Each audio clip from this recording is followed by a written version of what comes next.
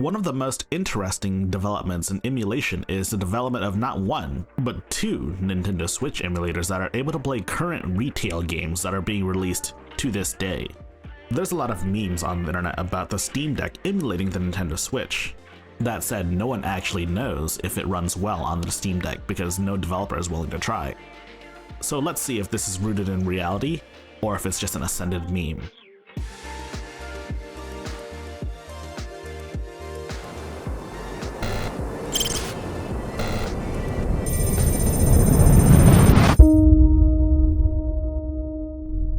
If you like my content, please like, subscribe, share with your friends, and join my Discord server in the description below.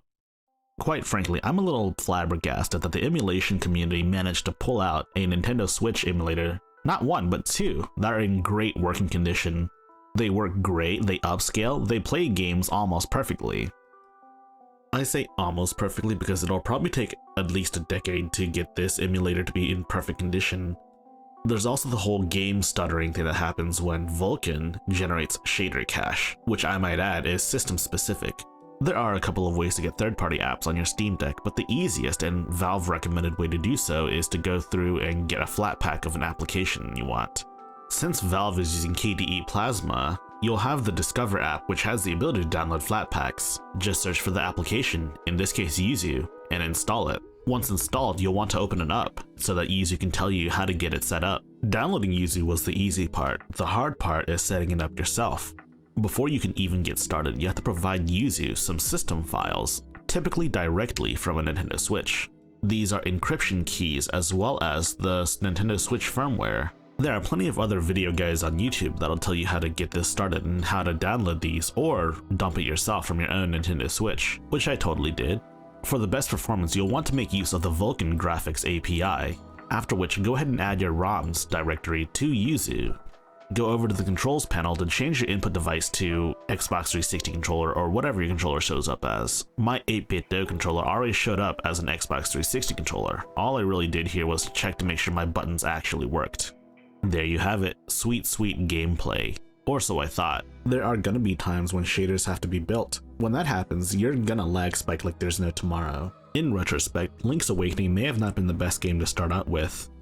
Might be because I'm using NVIDIA hardware on Linux instead of Windows. Where Windows it works just fine, Linux it's kind of weird. In the meantime though, here's some Mario Odyssey gameplay with performance metrics enabled. The game runs really well considering I have a RTX 2080 Super, it should run well, right? Lag spikes are very minimal, which is great. I hope in the future that building shader caches won't cause the game to lag spike like there's no tomorrow. Other than that though, I don't really have too many major complaints. That said, this is a very impressive showing for an emulator that's only been in development for about 4 years. There's plenty of emulators that don't even make this much headway in 10 years, much less 4. Good stuff, Yuzu team. Good stuff. One thing I haven't really shown off is the ability to run games at a higher resolution and a higher frame rate than what was originally possible on the Nintendo Switch. That's a really cool feature for your high-end PC, but we're here to talk about running this on the Steam Deck, so we're probably not going to run this at a higher frame rate or resolution anytime soon. Now, we've all seen that the Steam Deck can run AAA games. We've all seen this.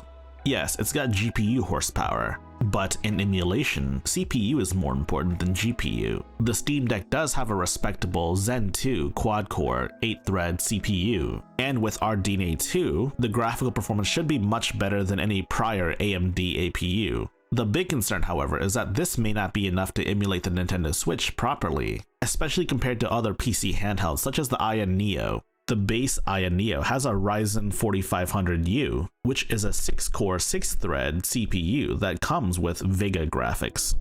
It's a fight between a 4-core 8-thread and a 6-core 6-thread. And in multi-core emulation, I'm inclined to believe that the physical cores make a bigger difference than having 2 extra threads. That said, a colleague of mine, Hello everyone, my name is Phawx.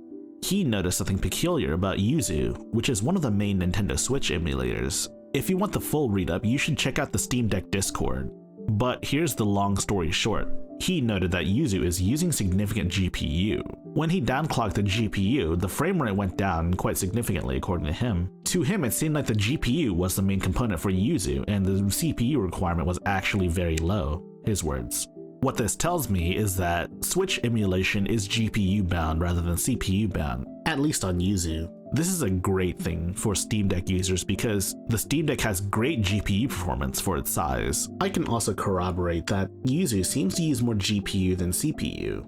I want to meme on Nintendo by running Breath of the Wild 2 on the Steam Deck on Yuzu day 1 of release. There's a couple of other high-profile Nintendo Switch games that aren't out on PC.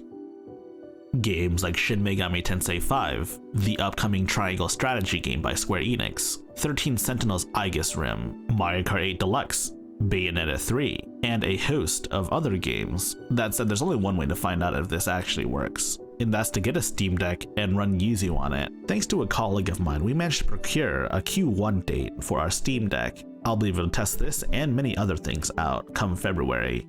We'll talk about things that need to be tested, things that we plan on playing, and maybe we'll take some requests from you guys.